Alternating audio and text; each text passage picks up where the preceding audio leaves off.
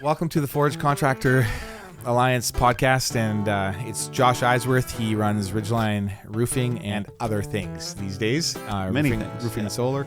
And I'm Kenton Friesen Contracting. We both work out in the sun as much as we can, as well as in the books. And the farmer's tan has started. Yeah, let's go. And so we're both contractors daily. Like we do this podcast. We've been doing it now for close to a year, but this is a very, very, very sideline thing that we do. We are on the tools. We are in the weeds. We are working with customers and employees and contractors, and this is what we do. Yeah. And so we appreciate whoever's been tuning in these days. Our channel is starting to gain a bit of momentum, and it's thanks to people like you that value our conversation. And hopefully what our intention has always been is to bring you into our day-to-day stuff, the things that we're actually working through, and chat like we're your friend. And your friends, we're all in this together, and kind of mull through and verbally process some of the stuff that you may be going through. Yeah.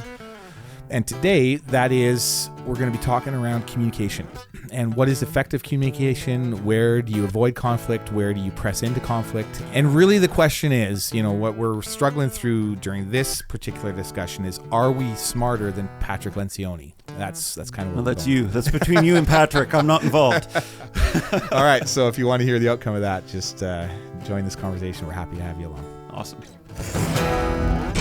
Repetition matters. And I think that often as leaders, we get tired of repeating ourselves, but it's just so critical.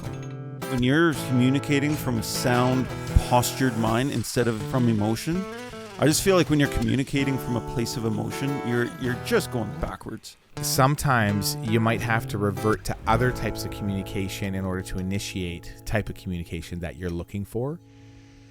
Spring is here and we don't really know it because we get like snow and then it's nice and then it's snowy and I'm building fires and then I'm not. It's wild. Yeah. Nice frosty morning again. Yep. And a hailstorm the other day like I've never seen. Like, man, we had our driveway was clear and then all of a sudden, boom, like under an inch of hail. It was pretty wild. So I landed back in PG yesterday. Okay. And woke up in Nanaimo. Yeah. Sunny. There was a little bit of frost on the roofs because it's still April in Canada. Yeah. And even down south, they get a little bit of frost. Yeah. But sunny, beautiful day. Go over to Vancouver. Sunny. Just. Yeah. Gorgeous. Absolutely gorgeous. Blossoms are out.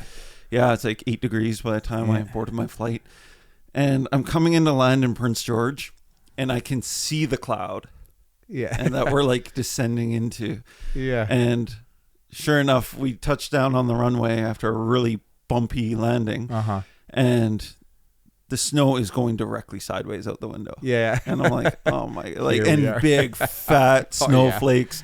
And I'm like, it's mid-April. I just left, beautiful sunny climates, and now I'm in, and it was hilarious when we got out because it's like near zero. The wind was blowing so hard, the snow was going directly sideways, and there are these huge flakes. Yeah. But they were like plastering all of us, and all of us are like exiting, and it was like we walked in, and everyone has like actual white snow stuck to the side of their face. That is awesome.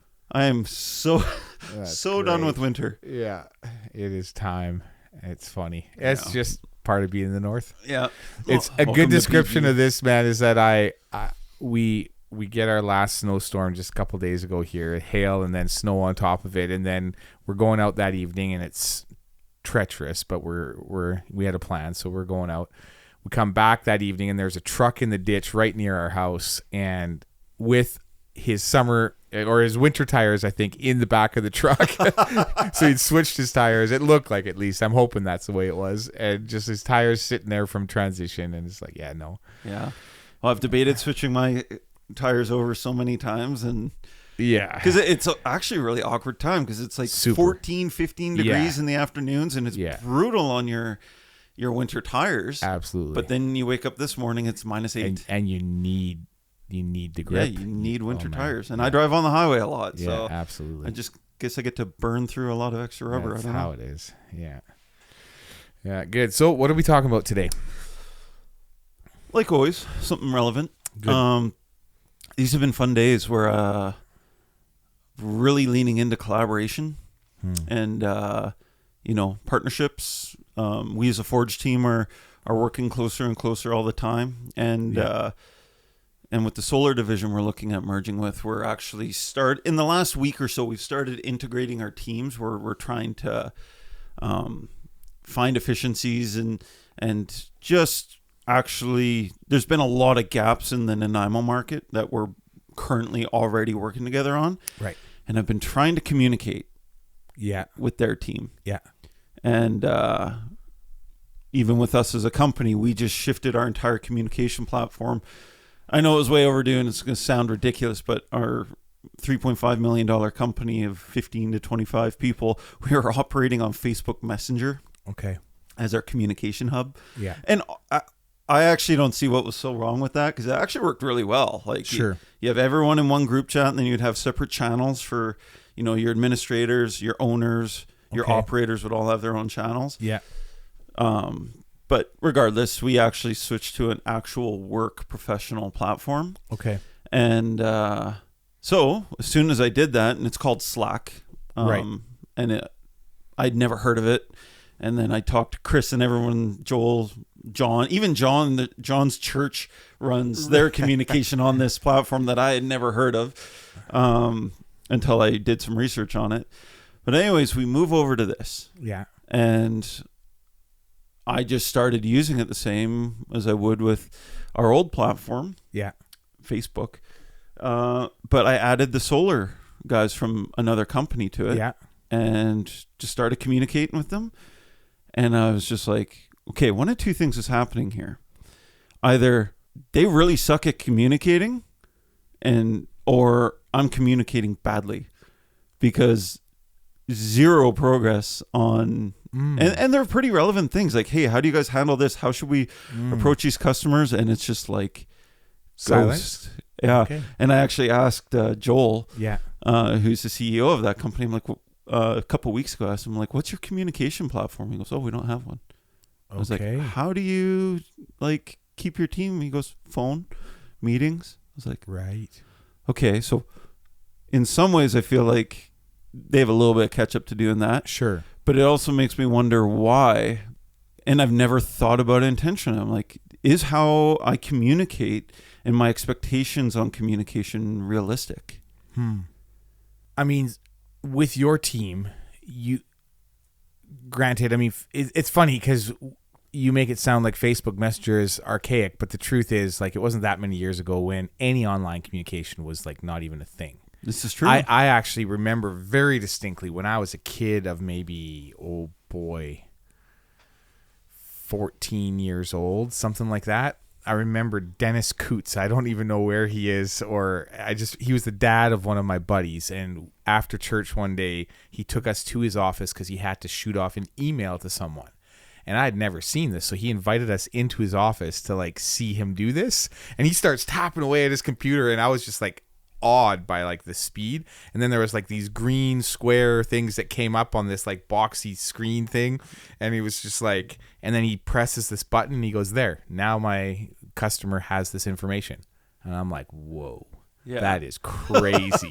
I was blown away, absolutely, both by the speed of his typing and just the sound of the keyboard, and then seeing these green letters come up on this. It was just amazing to me. I was and then apparently by pressing a button, it just went through the ether to someone, and it was stunning. So, and that's, I'm not exactly young, but it's not that long ago that kind of communication was absolutely novel, and he was on the cutting edge for our town.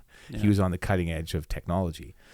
But the thing that I've learned, and to be very clear, when it comes to technology, I'm a slow adopter. I'm not an early adopter. Yes, you are. and so even you guys switch platforms, and I for our communication, and I'm nowhere. I haven't even had a chance to look at what Slack is yet. At this point, I'm okay, great. I'm a slacker. That's the way I roll. But one thing that I did realize fairly early on is that the value of me texting with my customers and my suppliers was massive, texting and or emailing, because having that trail of information, particularly when you're making decisions, for example, and I know I'm getting off track, but we're going to come back around. But for example, when I used to communicate with my customers and we're making a decision on something stylistically or design oriented or whatever, what happens is that it's an organic conversation and you're going from A to B, and you may have talked about 8 different options in between, and then finally you settle on one. But if you're not super alert and taking really good notes, then where you settle on can be wrong. Yeah. Because in your mind, if you're not like taking notes in real time, which is what I used to have to do, I would sit there, talk to the customer and or on the phone, talk to the customer and write down notes like crazy. Then if you got it wrong, then you could order something and it can be a massive mistake. Like you order the wrong color roof or, the wrong color siding or do something like that. And all of a sudden the customer's like, well, that's not what I ordered. And you're like, well, that's what my notes show. And it's like, how do you prove anything? Yeah. And so no paper trail. The moment that I realized, like, I adopted texting fairly early for this reason, is because I need a trail. And so that I can go back and physically look at and say, okay, well, that's our last communication. I have the okay from the customer because I'm a handshake kind of guy. Yeah. And so it wasn't like I had some big contract that they would sign. That said, I think with your team, that's the way you guys roll, is like communicating online in some fashion. And now we're slacking. So there's whatever that means, but communicating in some way that way allows you guys to have clarity. Mm-hmm. It allows you to push from obscurity or discussion to decision in a way that you can mark your progress in a sense. And you can also go back and be like, yeah, this is what we decided. Yeah. And I think that if you're communicating with other teams that aren't used to that are used to more verbal or, I'm not sure, more interactional, I guess, maybe, and I can see the strength of that. And I do have customers where they don't text, for example, that they're old enough that they don't, or they push back against it for whatever reason, right? And so often what I'll do, and interestingly, and again, I don't totally get it, but interestingly, a lot of people that don't text will email. Yeah. And that's just a thing. We still get some who don't even email. Yeah, and it does happen, and that's very rare. And there you just have to do old-fashioned notes and trust that everything is going to be cool. I've had 2 of them in the last month. Yeah. Don't email. If you're going to send an email, send it to my son. Yeah. Okay. Just what's your son's email? I don't know. I am dealing with one customer like that right now as well. She's like, don't talk to my mom, talk to me. But there are certain components that email just makes the most sense. Well, totally. And this is totally. I do wonder, like, if a lot of companies are leaning on email instead of having that central communication platform. Oh, probably. Because I find, like, with what we were using Facebook Messenger for, and what we're now on Slack for, it's like a in live time conversation that's going. You can tag, bring up, but it's like a way to keep everybody in the know on things that really matter. Yes. And you can even ask and do strategic thinking and work towards certain goals as a team on that platform. And have multiple threads running at the same time as far as like different discussions, so that, absolutely. Yeah, I think on the platform I have there, I think I have like 9 or 10 different channels with certain individuals that were focusing on certain things. Totally. One of them's our Forge channel, which you're still not a part of. Yeah, exactly. So I'll send you the link after this conversation. Again, I'm gonna be so knowledgeable here. But there are some things like that make sense on email. Yeah. But like, I've always been a terrible emailer, and it's because, to me, it's not a flowing conversation. Right. Like, when you're dealing with email, typically an email to me is hyper focused on one thing, like one project, one customer, one need. But then versus you can have ongoing conversation. Yeah, but in email you can have 600 emails all just on a specific topic. Yes. Whereas I find the communication platform is like, it's just way more general. Yeah. Way more strategic, way more celebrating wins. Yeah. That's something we do. Like, our guys on our main team channel that has every single person on the platform in it. Yeah. Completed jobs, good team photos. Yeah. All that kind of stuff is awesome to see on there. Well, and I think, finishing my thought about people that don't do those things typically, what I will often do right now is have a phone conversation and then tell them, I'm going to send you an email right after this conversation with the details of what we just decided on. Yeah. That's typically what I do. And so what I found is that, and that may not be for them. Like, they may be like, whatever. Mm-hmm. But for me, it gives me the chance to right away essentially take my notes and then send it through to the only person that really cares about these notes. And then we both have that in our thread. So then, and then it's a question of whether I ever need to lean on that. But like I had a customer yesterday that I was dealing with that thought that the ball was in my court, but the ball was in his court. And so there was some non-communication for a while because I was waiting for him to respond. And eventually I was like, I think he thinks the ball's in my court. So I got back to him and I'm like, hey, so we arranged something, and I went over and I was like, yeah, I was just waiting for you to respond. And he's like, no, it was your chance to respond. But I know from my thread that it was actually his chance to respond, but I didn't push it. I'm like, that's fine. If he wants to research it himself, he can. But at least for me, back in the day, I would have been like, oh, gee, I dropped the ball. And I would be nervous. But this way I could be like, okay, fine. But I know I didn't drop the ball because I have the thread there and I know exactly where we were at. Yeah. And so that's super helpful just for my clarity of mind. Like for my own peace of mind, it's like that kind of communication really works.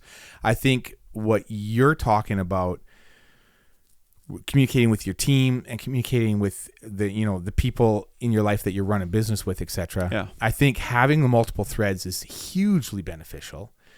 I also think that it's not necessarily intuitive for everyone to know what each thread is for. Because you're saying like you've got one thread with all your guys on to do certain things. Mm-hmm. If you start to get in the weeds and like disciplinary or things that are very individual for different people that may or may not be embarrassing or shameful, or like there's a million things like you can offer. It's like the old rule when there was really big farm families like my parents both grew up in. You didn't discipline your kid at the kitchen table because there was like 20 people there, and it's like it's inappropriate. And so good families would understand this, and the dad would take the kid aside and like deal with them privately.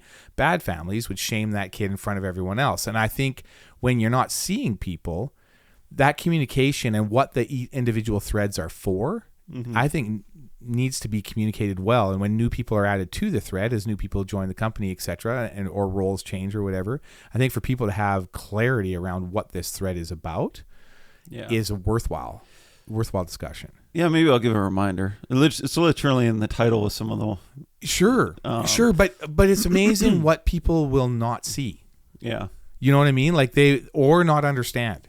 Yeah. And sometimes it's like, and I think, well, and a case in point is like really mature person who's quite self-aware recently in a thread of not my own personal thread, but a thread of someone that I know working within an organization, had someone just jump way outside of protocol within a thread and get very personal with someone within that thread that was totally out of line, and made something that should have been a very simple side conversation become something very complex, because now this massive team has to deal with this altercation that really wasn't an altercation per se, but because the team didn't know what was going on, all of a sudden like there's a lot of stuff that has to happen for everybody to understand how things are being resolved. And I think that those kind of clarifications, and people will misstep, like there's no doubt, especially people that tend to speak before they think. So there's going to be missteps. But I think then as whoever's leading the team or the communication, whoever's leading that needs to be really quick. That's something I've really matured in over the last 10 years of doing this, because I would actually use...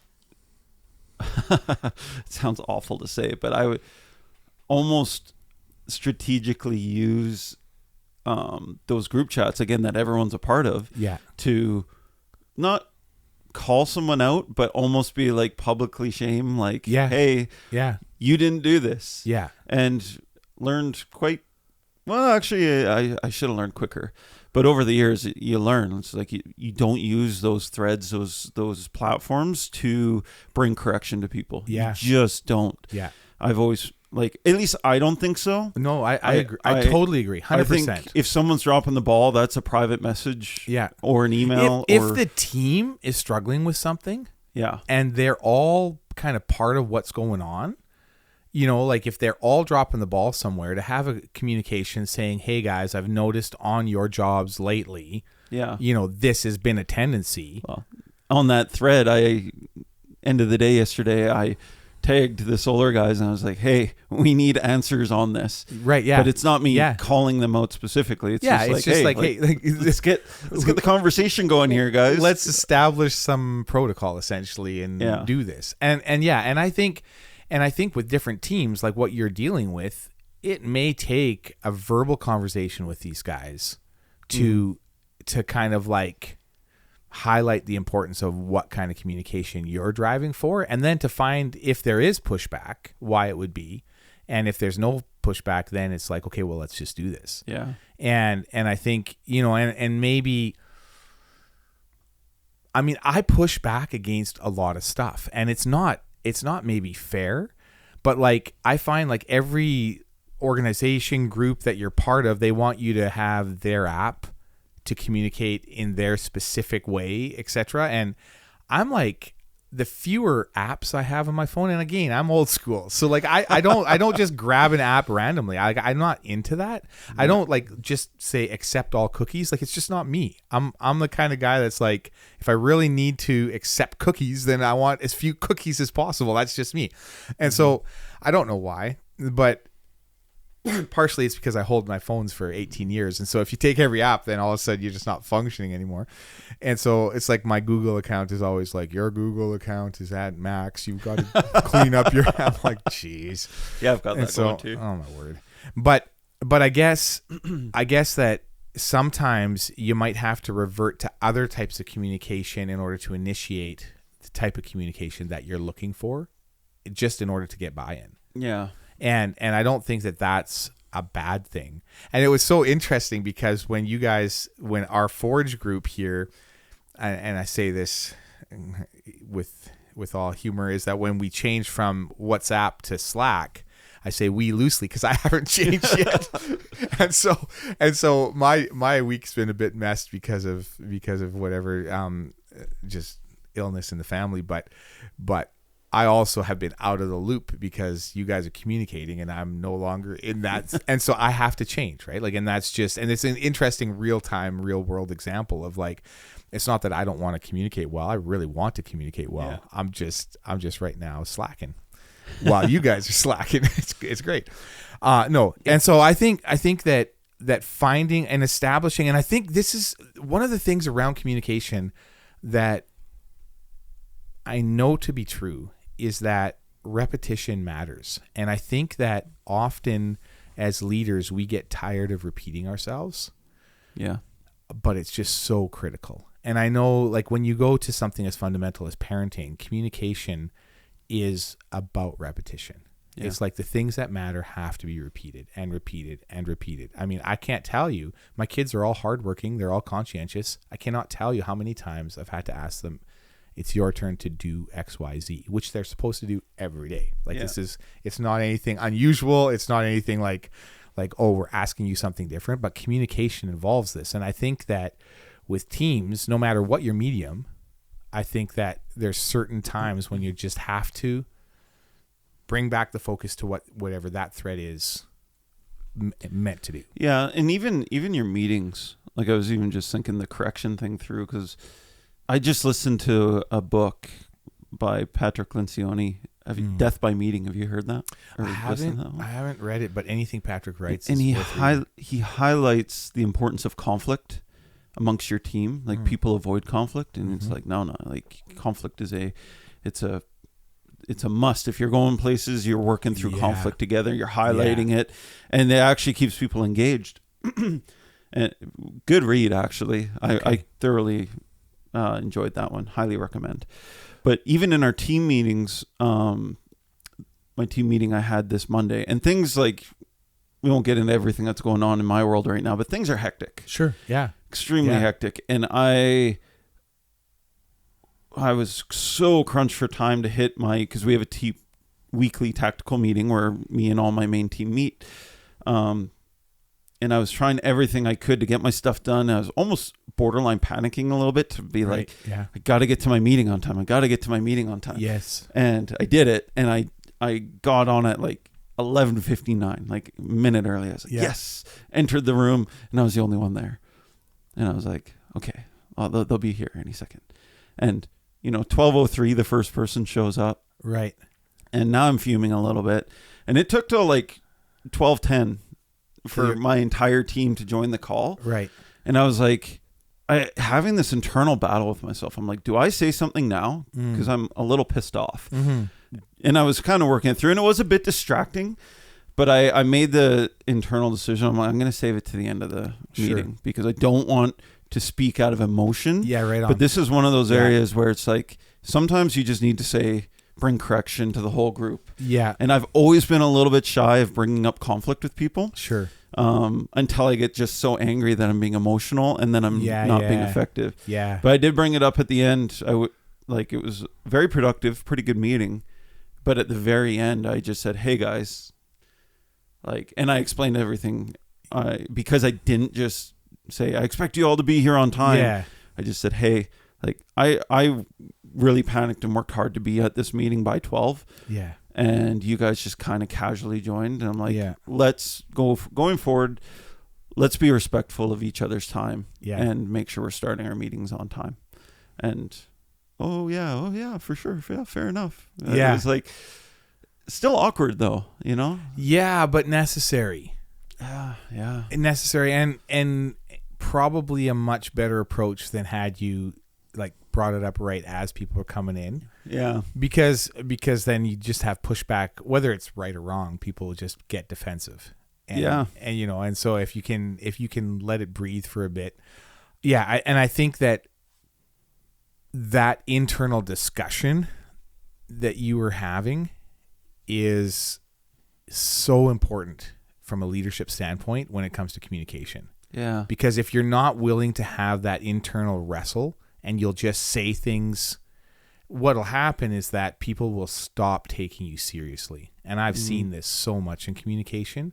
It's like people will be like, but you're not hearing me. And I'll be thinking to myself, yeah, because I don't actually know if I should take this seriously or not. Yeah. Because if you're always flying off the handle at people will just be like, the only way to operate here is to tune that out. Yeah. And it's survival, right? It's like, okay. And it's interesting in the trades. And if you're a trade leader right now and you tend to be on the side of yelling and wonder why you have to yell to be heard, it's because you have to yell to be heard if that's the precedent you've set. Yeah. And I think that's one of the things, and even now it's trying to establish communication with this new team. Your challenge is to find out a way that they hear you. Mm-hmm. This is the challenge. And I know personally from, I've had privilege, opportunity, challenge of doing a lot of public speaking in my life. And one of the things that I realized early was that dropping my volume was a way better way to get attention than raising it. Because, so much better. Oh. Absolutely. Because people are always listening for cadence and flow and momentum in a speech. And so you basically have your normal talking voice, and then you can either go up or you can go down, depending if you want to emphasize something. And often if you're starting to lose people, going down is so much better because all of a sudden people will just naturally quiet in order to hear what you're saying. And versus if you go up, that's interesting. They will also go up. Yeah, and I think that there's certain types of communicators that really get that. And then there's lots that just feel like, louder is better. But I just feel like, and there's some people that you will listen to that get up to a certain pitch and stay there. And I think, if you're Hitler, that's cool. That was his, sorry. That was his style. He would just get up. He was a yeller. And the phlegm would just start going. And that was just, he'd just get up and just roll. And apparently it can galvanize people. So I'm not saying it's ineffective because you can say what you want, but the guy knew how to communicate. Apparently. Sadly. Even though apparently what he was saying wasn't as important as the way he was saying it, he would do that. However, I feel like for most of our objectives in life, which by the grace of God are much more wholesome, when it comes to communicating, we have to be aware of our tone. We have to be aware of what we're trying to accomplish with the communication that we have. And I think with our teams, I I think about it right now, the company that my son works for, the method of communication often, particularly if someone makes a mistake, there's a lot of volume. And really? Oh yeah. And they're a trade company and they're very successful. And so I'm not going to like these guys get stuff done, and there's a certain type of their tough crew, and if you're going to survive in that crew, you're going to be able to take verbal abuse. Interesting. I remember working over top of, when I was a young tradesman, over top of a concrete crew when I was working down in Vancouver, and and in fairness to concrete is like there's a lot of urgency, because if you're not doing what you're supposed to do when you're supposed to do it, like you fail. So I get it if you're gonna yell, but the dude that was leading the team just did not stop yelling, to the point where it felt like I was working over top of a black cloud. Like it was just toxic. And I was like, how does this guy get anyone to work for him? Yeah. Like he's just so verbally nasty. And I mean, the stuff he was saying to them was like you shouldn't, like, there's no place for this. Different day and age. I don't think you could get away with that now. No, you do. And there's some people listening to this communication right now, I would argue, that have this tendency. And so this is a challenge. I'm just throwing it out there. Be aware of your communication with your crew. Yeah, it is a hindrance. Oh, I just think that, if you're always yelling, what you find is that your guys are going to shut it off, and you have to do something spectacular to actually get their attention. And so essentially you're hurting yourself. But at the same token, for certain types of people, it also really wears them down. Yeah. There's guys that can roll through that. I'm certainly not one of them. Like, you yell at me and I'm like, oh, I start to cry. I couldn't even tell you how I would handle that, but like there's something about, like, it's not even the yelling, it's the emotion. It's like, because you're yelling because you're angry, and you're just spewing your emotion. And I, like, whatever, we yell in a totally different manner sometimes. Absolutely. And I look back at myself when I was, because I don't think, correct me if I'm wrong, but I've never been one to always yell. No. I might have raised my voice a few times over the years, but where I did have a significant issue is I would lead with emotion, even through text messages. Sure. And I know I've communicated to my team, not from a leadership sensible standpoint, but I just spew my emotions all over them. Mm-hmm. And is it productive? I'm not going to say it's not productive, but is it as effective as it could be? Not even close. Mm-hmm. When you're communicating from a sound, postured mind instead of from emotion, I just feel like when you're communicating from a place of emotion, you're just going backwards. Well, unless the emotion is a positive one. Oh, that's true. Like I don't think that we should shut down our emotions. I think that our emotions should be a real part of our existence, but I think knowing how to handle them and how to express them matters. And so I think, like, the biblical principle right from way back is like, be slow to anger. And it's not like never be angry. Yeah. And I think that's a massive distinction. It's like, we have the need to be angry at times. There's things that require anger for proper pushback, for proper forward motion. But being slow to anger, not having it be the default, and like you're saying, from a leadership standpoint, not communicating from that platform, is really critical. And then if you ever are angry, like I there's a business leader in this community. He's one of those guys that has kind of sort of been retired for a very long time, but probably will actually never fully retire. But he ran a lot of businesses, and I remember once one of his few people down in command was like, whoa, so-and-so just like dropped a word. This is serious. And it carries weight because he doesn't normally do it. Word. It was like the whole staff was like, it rippled through the whole, and it was a fairly large place. It rippled through everyone, like so-and-so just like lost it at someone. And they're like, oh. And whereas if that was his mode of operation, it'd been like, yeah, whatever. Yeah, his everyday. It'd been like, let's just shut the door and keep on doing what we got to do. Yeah. Yeah, I think that really comes down to how we just handle conflict. Like, in terms of the negative side of things, like, because it's a really weird gap that I've struggled with, and I see so many people struggle with. Probably everyone that listens to this struggles with it to a certain point, because it's like, you want growth, you want people to do a good job, You want to, but at the same time, you don't want to be a tyrant. You don't want to be a negative Nancy or be yelling and you want to lead by example whenever you can. Yeah. But you can't always. Like, it's funny because sometimes people don't get it. There's certain types of people, intelligent, but they don't catch nuance. Like, it's just personality types. Yeah. And so sometimes you have to be explicit about, like, yo, we don't do this, we do this. Yeah. But if you can do that in a way that they can hear it, is just so critical. It's so important. And every once in a while, like, if you're a leader and you kind of sort of lose it at your team once or twice a year, it's going to be hugely effective. Yeah. But if you're doing that every single meeting, if they're just waiting for the tone to go up, it's just like, So okay. what would you say in terms of wanting growth and holding expectation on your team and addressing conflict? What would you say like the main characteristics are how you should do that, or what you should do or what you shouldn't do, so that you're being an effective communicator in seeing growth, resolving conflict, and pushing forward with your team?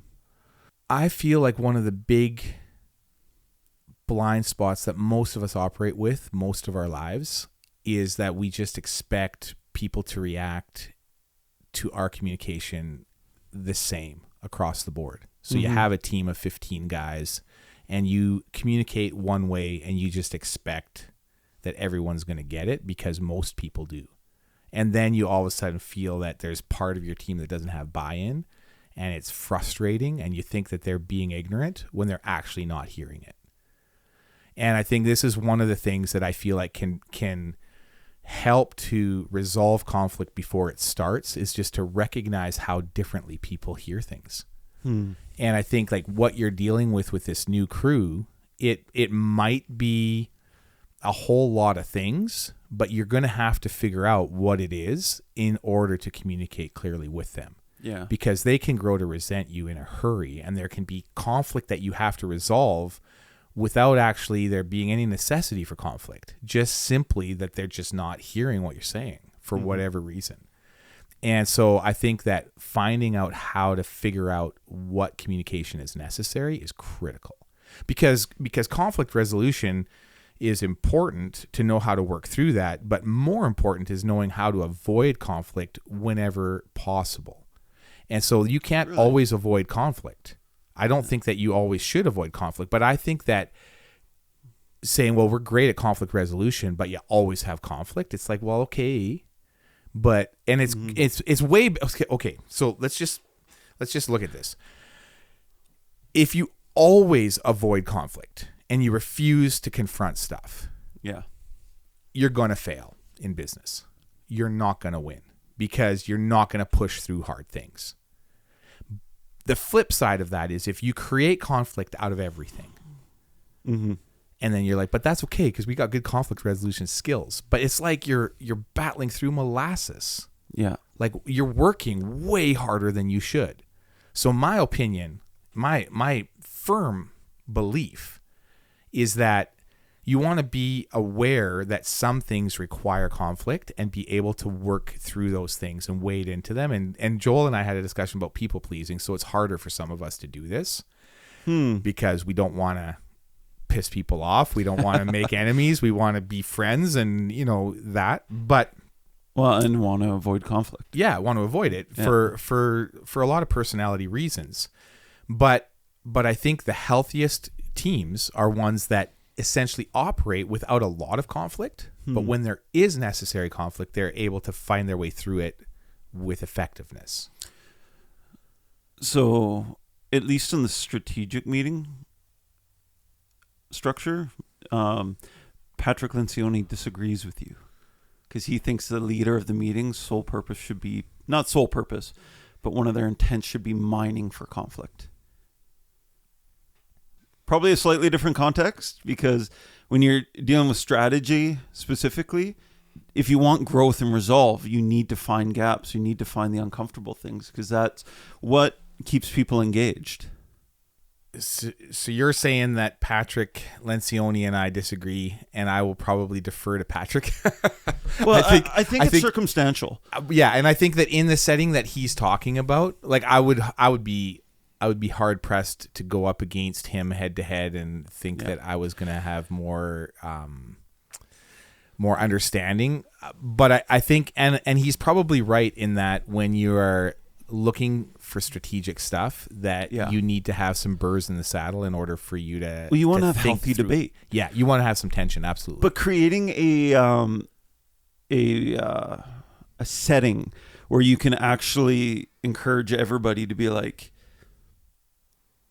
be open, be honest, talk things through. You disagree, say something. And let's push some stuff on the table. Yeah. And maybe it's not even in those kind of settings, in those kind of discussions, it may not even be necessarily conflict per se. It could be like, let's throw stuff on the table and let's push back against each other with intention so that we can sift things through to end up with the good stuff and throw out the bad. Yeah, absolutely. So but that's in a strategic context. If you guys are just like, if you're mining for conflict when you're just talking about your daily schedules and stuff like that, and just benign things, like, and I think if it comes from a place of tension, when it's just like, you need to go there and I need to do this, it's like, come on, like, let's just not be that way.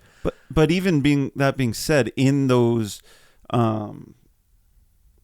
meetings, in the strategic meetings, when you're trying to push through all that conflict and everything, I still genuinely think you should be like pursuing conflict, but not doing it with emotion. Yeah. And I you know what, my rule of thumb in a conversation, like what's going on in my mind at times, is like, what does respect look like in this conversation? Mm-hmm.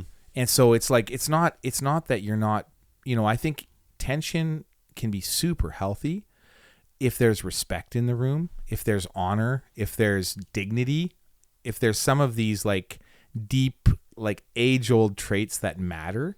Mm-hmm. If it's just straight up barbarianism, I mean, there's some corporations that can operate that way for sure and get a lot of things done. And maybe in certain kind of industry leading companies, more aggressive tension is necessary in order to defy the norms. Like, I'm not saying, and I think that in reading some autobiographies and stuff of business leaders over the years, I think that might be true. Yeah. I think there's a certain type of non-people pleasing, non-agreeable people that lead very hard charging organizations to huge success. And they do it through a lot of conflict. And so I think there are exceptions to that. I think that if you're running a smaller trade company and what your goal is to earn a good living and do good work for people and have a team that loves life, I think that, creating conflict out of non-conflict type stuff is probably unwise. Yeah, no, for sure. And having a style of communication that is, for the most part, enjoyable. For the most part, is like, you can throw in some stupid humor and everyone gets it and they're not offended by it, like that kind of thing. And it's one of those things, like with my boys, we use humor that is, maybe not the best way of communicating at all times, but we all really enjoy it. And so my wife will roll her eyes, but you know what? It's worthwhile. It's worth it. And we're going there. Like, that's what we're doing. And they're my boys, and it's great. And so, but I think that when it comes to threads and communication and logistics, I think that less emotion is better. Yeah. I think that keeping it clean and keeping those discussions as either face-to-face or individual threads with one person, but even that, if it's going to get to any level, I think the old face-to-face meeting is then very appropriate, or at least a phone call. Well, man, and this is actually a really weird thing in the conversation of communication meetings and, like, what's the best way to actually even meet these days? Because I 100% agree. There's something about, like, physical energy and presence. Oh, yeah. When you're in a room with people. Oh, yeah. That is just so much more, like, synergy, inspiring. Yeah. And when you're actually in people's presence, I cannot express the value of still having in-person meetings, although like most of my meetings are now virtual. And Joel and I were even talking about when to have our next meeting with the owners of the companies and everything. Yes. And like the conversation came up. It's like, do we have to do this virtual with how much I'm out of town? I'm like, only if we absolutely, like if you're working out of town or if I'm out of town, we might have to, but I use virtual meetings as a last resort if I can. If you can meet in person. Totally. What do you think that is? There's something about human connection. Yeah. I mean, it's even why like a hug or a handshake or a slap on the back, like I don't know, there's a lot of psychology behind it, but there's something about just feeling like you're in someone's corner that can be done in person so much easier than any other way. Yeah. And I know, for example, like I've been working through, my parents are at the end of life. And so my sister and I have been able to connect much more regularly over the last while because I've been going down to see my folks regularly, like very often. And my sister is not always there because she lives in different places. But when she is there, we spend time talking. And I feel closer to my sister now than I've felt in like since we were kids. Yeah. Because we've actually been able to physically talk to each other in the same room, which just, you know, we understand each other super well. We've always got along fantastic. But I think just having that time to physically be together and to communicate face to face is like it eliminates so much ambiguity. So to bring clarity, like you guys have been in touch for decades and years and you've been communicating, but you actually haven't been around each other in the same room. Yeah, there's been years where we'll see each other maybe once or twice, you know, for a couple days here or there. And so we've had very busy lives in different places in the world. And so it's just like we had at one point we planned a family reunion, but I think we planned it like 18 months in advance because it took that much because people were just everywhere across the globe. And so it's like, and that's only like, I only have 2 siblings and their families. So it's not like there's some massive family, but yeah. But I think that understanding the different ways we have to be able to communicate as teams is great. And then looking really hard at what is the most appropriate way to communicate through this. And I think, you know, and you breaking into a new team, and for us as what we're looking at doing as far as mergers, acquisitions, and different things that we're looking at in the future, I think establishing clear lines of communication with new teams and clear styles of communication, because I think that there's like the medium, but there's also the message and there's the tone, and establishing all of those things and developing protocol around those things where it's like, this is how we communicate. Yeah. This is why we value conflict, and this is where we value not having conflict. And this is what the expectation is. Totally. Like even what our meetings should look like, being punctual. If you're not going to make the meeting, you know, well, for our internal teams, it's like if you're not going to make a meeting, it better be a really good reason why. Yeah, for sure. If we're talking about day-to-day stuff, with the strategic stuff, it's just like you're not going to make a meeting, just communicate. Absolutely. So, and in all cases, communication, like I think it's rare that you have people that communicate too much. Like it can happen, but if you're busy teams that are all functioning heavily, it's usually too little communication, not too much, typically. Yeah. That can, you know, I have certain people in my life that definitely, you know, on the peripheral of my life that, you know, you kind of avoid in a crowd because, you know, if you get to talk to them, you won't be able to talk to anyone else. Right. And so there is that. I have many of those people in my life. And so, and that's one of those things where it's always a little bit awkward because I'm like, I really appreciate them. Like, it's not that I don't, but that's not the point. The point is if you get into this conversation, you're just, that's it. If you have 4 other people that you really want to touch base with, then that's a challenge. So I think there is that, but typically from the trade standpoint and in our business day-to-day life, the challenge is communicating enough to be clear. And I think that's got to be like, there's got to be a bar that says if we're going to operate and do well, we need to prioritize making sure that everyone else knows what we're doing as well. Can you over communicate in a team setting? Oh yeah. What does that look like? Oh, definitely. It looks like chatter that people start to tune out. Like Absolutely. Rabbit trailing? Absolutely. What about when it comes to leadership and overall strategy? Is there like, when you, like, let's use me for example. You see, you've been part of our chats and stuff previously, and even how I communicate. Do I over communicate? So here's the thing, And this is what I've discovered the hard way. And it has been one of my life's brutal lessons, is that when you're with a team of entrepreneurs who are all dreamers and are all guys who are able to process verbally and shoot ideas out that have no merit, but just to either get a fresh idea and take on something or just eliminate something that has been bothering them or on their head, it's wonderful. When you communicate that same way with very concrete thinkers that are very structured in how they think, and when you present an idea, they see it as where we're going to go, communication can be absolutely detrimental. It can wreck relationships in ways that is hard to express. When you dream with a non-dreamer, oh, sweet Lord, any bit of that communication is basically wasted, and not just wasted, potentially will come back to hurt you. And so, and not every member of a team is going to be a dreamer.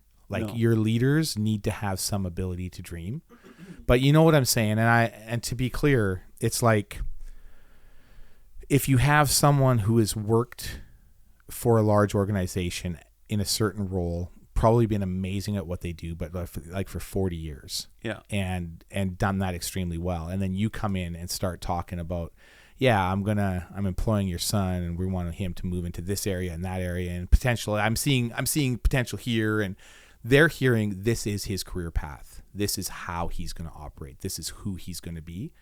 But as a dreamer, you're saying this could happen. You know, if he keeps going the way he's going, and if things happen, all of a sudden that communication, you know, I've had this kind of thing happen where it's just come back as like, but you promised. I'm like, wait a second. We were talking about ideas. And then I realized, and this was quite some time ago in my career, where I all of a sudden realized in certain circles, I have to shut up about what my potential plans are, where things could possibly go. Oh, interesting. Because any communication, and this applies to some of your staff, where, you know, you're working with some people that are very structured, or they really believe that whatever you say, this is what's going to happen, because they also respect you as a leader. And if you're spitballing ideas with people in that mindset, any spitballing is too much communication. Yeah. Which is actually the case for most of my team, and that's why I use our Forge team for almost all my strategic thinking. Absolutely. It's also like they're doing a lot of the weeds. They're handling the stress of what's now. Absolutely. And if that's stressful to them, and then you're dreaming about doing more, they're just like, they feel like you're just crushing them. Yeah. So yeah. So that's, and I mean, there's all kinds of other places we could go with this, but I think clarity just matters. Yeah. We all know this, but pursuing clarity takes a lot of intentionality from a leader standpoint. Yeah. And when you establish good protocol, like you've been doing, I mean, I think your example about like holding off on talking about people coming late to a meeting until that comes down a notch so that you can communicate it. Yes, it's still conflict type communication, but it's done from a place of like holding an expectation. And for the record, that took me 10 years to establish the ability to do that. Dude. That's not for some of us, that does not come easily. And in 10 years from now, you'll be able to have that conversation so much more naturally as well. Yeah. Like there's no doubt, because you're going to continue to work on the ability to skillfully communicate that in the way that is accepted by the best. Yeah. And that's because you're not satisfied, right? Like you're going to keep working on that as am I. Like that's what we're doing. Yeah. So for sure. Thank you guys. Hey, we really appreciate all of you who are tuning in and listening, and appreciate your time, and trust that what we're doing is bringing some value to what you're doing day to day. Absolutely. All right, guys. Thank you very much. Talk soon.